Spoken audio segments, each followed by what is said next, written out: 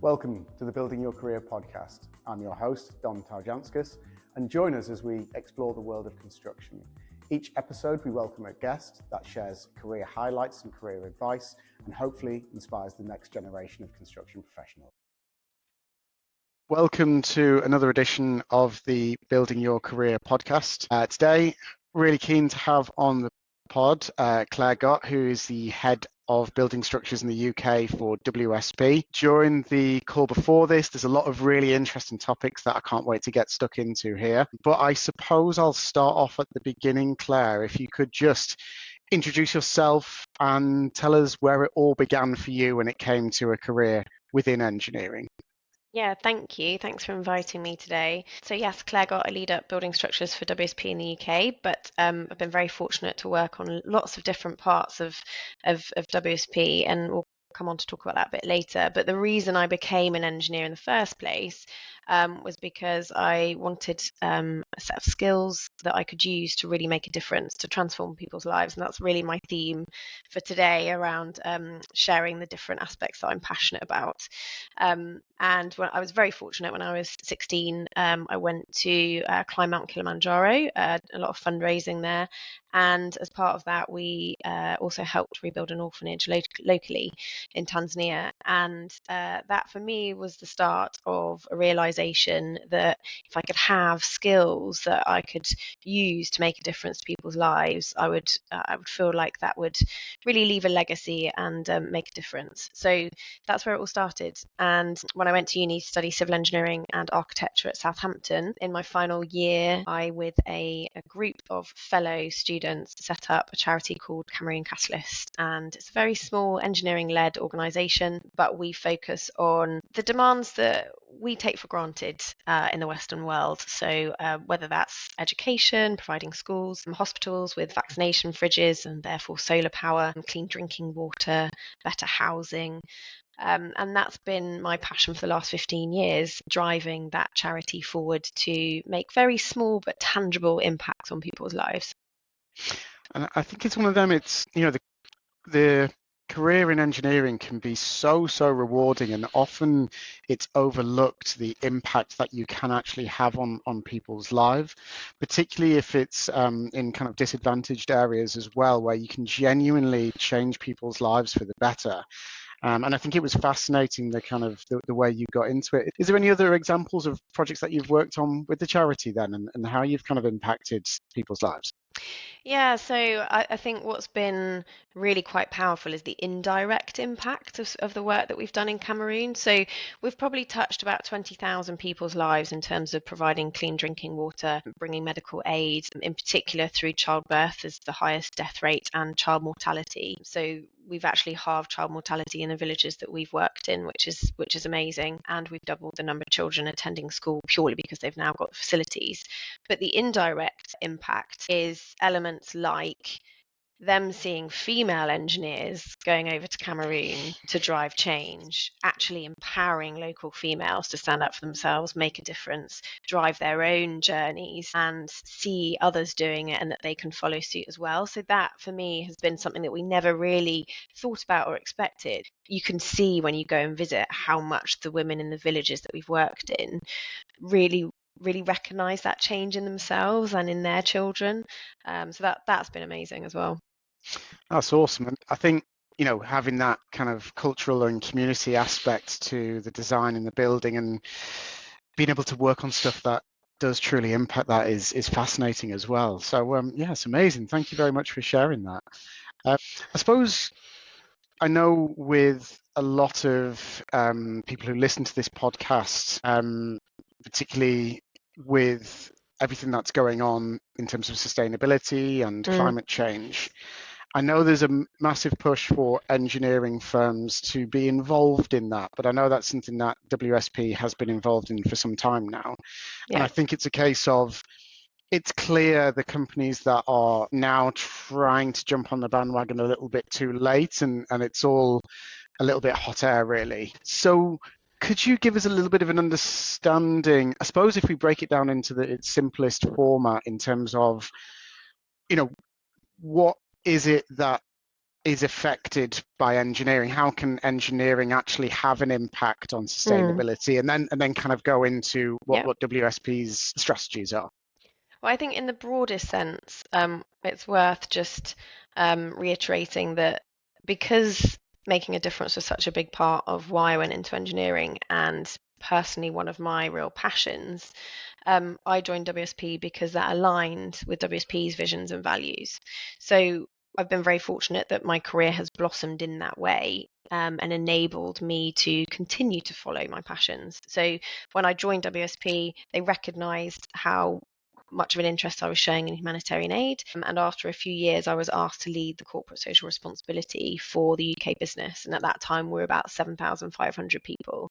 And the interesting part of that was it didn't just include humanitarian aid. It included all of our volunteering, all of our fundraising, our impact on local communities, the social value that we bring, and also our carbon footprint. And that's how, that transition for me into sustainability really took hold. And for 5 years, I led our UK operational drive for carbon neutrality, which has now become our industry leading commitment to halve our carbon footprint in our designs and advice by 2030. And I think for consultants like us, back to your original question, where can we make a difference? I think it's all too easy for us to say, well, our client's not asking for any change, so we're just going to follow suit with our clients. Actually, it's our responsibility as engineers to advise our clients on what the art of the possible is, and why actually reducing the carbon footprint of our projects is actually financially beneficial for them as well in the long term. So I think it's really a twist on where we've in the past left it down to legislation, government responsibility, clients. Actually, I think the onus is now on us a lot more to drive that change. And we've really got behind that, and we've decided to be very proactive about it, hence our industry leading commitment. Yeah, and I completely agree. It's the emphasis is on the individuals to have more of a consultative approach with their clients, particularly rephrasing things in terms of, don't see it as added expense, but where this actually benefits the client when it comes to the projects as well. I know, there's a lot of talk when it comes to BREEAM, for example, but there's so many other governing bodies out there that can be of benefit to the client if they adhere to certain rules, really, and to be able to achieve either carbon neutrality or sustainability status. But I was quite interested when you talked about the operations side of things, because I think a lot of the emphasis, particularly with current companies, is on what a project can do. But I know you focused on the operation side and what the business can do. So can you give us a little bit of an example about what's been the change and what you've kind of been spearheading at WSP? Yeah, and quite a lot of this is now historic because, this was probably 5 or so years ago we were making these changes, and it's just business as usual for us now. But it was looking at our waste to landfill and reducing that to zero. It was looking at our individual carbon footprints as operationally. Do we need to travel to these internal meetings? Can they be done by Teams? And ironically, COVID really helped with that transition. But also it was the changes for actually delving into how we drive that operational change. So can we change the culture around flying? Can we use trains instead? Can we incentivize that? If you can find a ticket that's the same price in first class, you can travel first class. So a real change in culture and approach to people taking that responsibility on themselves as their own carbon footprint, not just at a project level, you're right.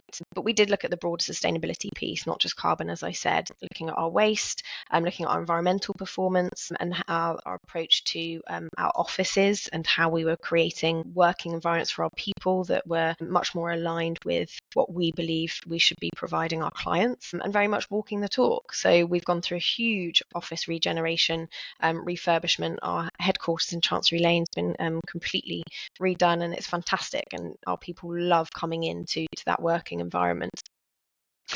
How did you find it when it came to getting everyone on board, when it came to the individual then? Because I know some people, directors that I speak to, are trying to introduce a more sustainable working environment with mixed responses from their employees. So how did you find the kind of changes when it came to actually implementing change?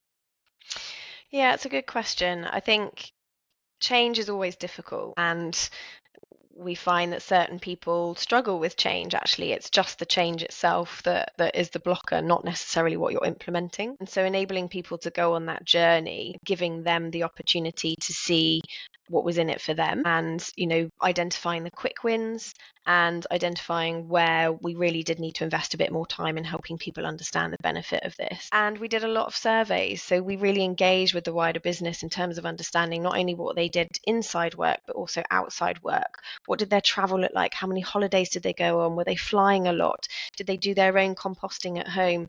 Really understanding our people and knowing therefore what changes would work and which ones just really wouldn't. So, and then when we imposed items like, shifting away from flying as much as physically possible, we introduced elements of sign off. So you had to have a conversation with your line manager so that everybody understood why that flying was a necessity and could agree that.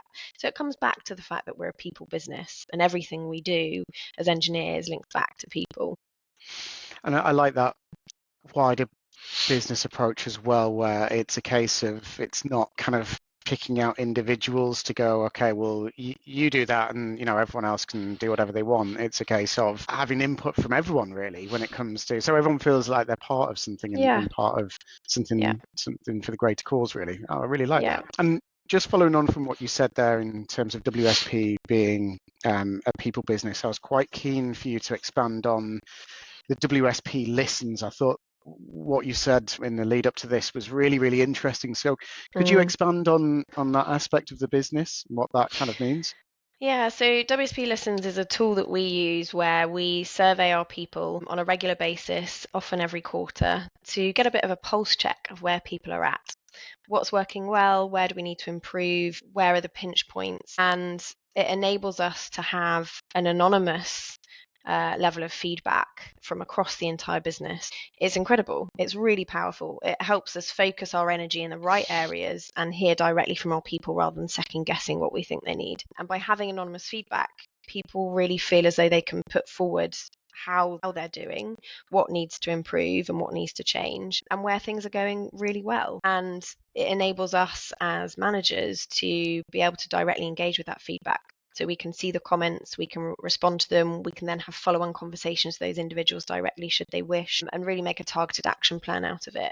But the areas of focus really are what's our well-being in terms of being a people business. Are our people healthy and happy? That's number one. And then we dive into the detail around, is our approach to ethics, health and safety, is it aligning? Is it resonating with our people? Do our people understand what we need to do in those areas? And then also looking at our communities. Again, we're a people business. Do people feel like they're part of their local community in their local office? And that's been a real focus for us post-COVID, hence why we've invested so much in our office space, and getting people back into the office, communicating with one another, collaborating. Those water cooler moments really do have an impact on people's day-to-day lives. And I think overarching all of that, for us, the most important thing is that people feel like they can bring their full selves to work and that it's an inclusive environment for everybody. So it sounds like a very small initiative, but we invest a lot in making sure we fully understand how our people are feeling. Yeah, I think that's the key thing really, is people want to feel heard, they want to feel represented. And I think that it's important to make the differentiation between asking for feedback and also assessing data and implementing change as well. Because I know a lot of directors can ask for the feedback or sometimes not even ask for feedback, but then after they've got that feedback, not doing anything to improve the well-being of their employees. So I think it's really crucial just to have that differentiation of assessing and implementation too. Yeah. And because these surveys are so regular, almost every quarter, we're held to account on that, because we're then profiling the impact and positive change that we've made, or where we might need to focus a bit more energy. So that gives us the insight that we need on such a regular basis, that we know whether we're improving or not, and where we need to move forward. So yeah, it is really helpful. Okay, cool. And I know for you, you were really, really passionate about kind of giving back to the community and working on projects that actually had an impact on people's lives. And you picked out a couple of projects that I was quite interested in you kind of going into. I suppose I'll kind of leave it to you to talk about those projects in depth and how they impacted the lives of the people within the buildings. Yeah, thank you. I thought I'd just select 3 projects across 3 very different sectors, but just to demonstrate how you are able to bring your passions into your work day to day through so many different aspects of what we do. One of the very first projects that I was fortunate enough to work on was in the healthcare sector. I was a graduate structural engineer in our Birmingham office at WSP, and it was Alder Hey Hospital in Liverpool, and we were ultimately responsible for the design. But what was incredible about that project was those involved from the outset took the time to really think about the end users, the patients. And it's a children's hospital. So the children in the care at Alder Hey are having a really difficult time, and some of them are on end of life care. And so this hospital needed to be a space where actually they felt safe, they felt comfortable, and as much as possible they could try and enjoy that time that they had left. And so very small interventions, even at that stage in my career, helped me see how much of a massive impact they could make. So we were looking at lowering the windows, for example. Really simple change, but that enabled the children, when lying in bed, to be able to see outside.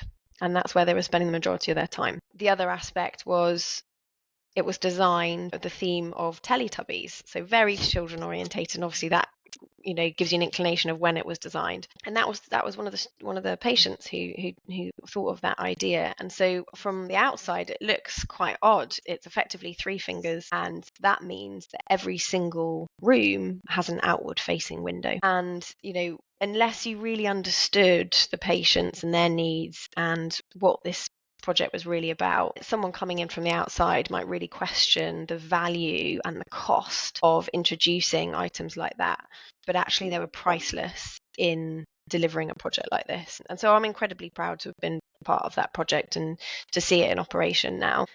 Another project in a slightly different sector but with a similar link is actually the Rosalind Franklin laboratory in Leamington Spa. And what many people might not realise is that was the lab that was created during COVID-19 to process all of our tests. And what's fantastic about this project was the speed at which the team came together and delivered. And so not only is it the world's largest diagnostic testing facility, but it was also housed in an existing warehouse. So sustainability credentials were on an all-time high before they'd even started. And it also demonstrated the ability for us as engineers and other design team members to come together in a moment of crisis and cut through the red tape and really work together collaboratively. It was on another level. And what I'm really passionate about understanding is how we take those crisis moments where we really can deliver, and we turned a 3-year program into 9 months. I mean, it's just phenomenal. How can we replicate that in day to day in the rest of our projects? So that collaboration piece was huge in that particular project. And then the last one I thought I'd just mention, which is more about the here and now, is the Great Grid Upgrade. And that's really a project on a scale that we just haven't seen for such a long time. It's the largest overhaul of the electricity grid in generations, and it's all about transitioning to clean energy. And as structural engineers, which is the team that I lead, there's a perception that we don't really get involved in those types of projects, but we are fundamental to delivering those types of projects. And it's really interesting to see how the different disciplines now are coming together to really drive change in a sector that needs all the help it can get from our skills. It's fascinating.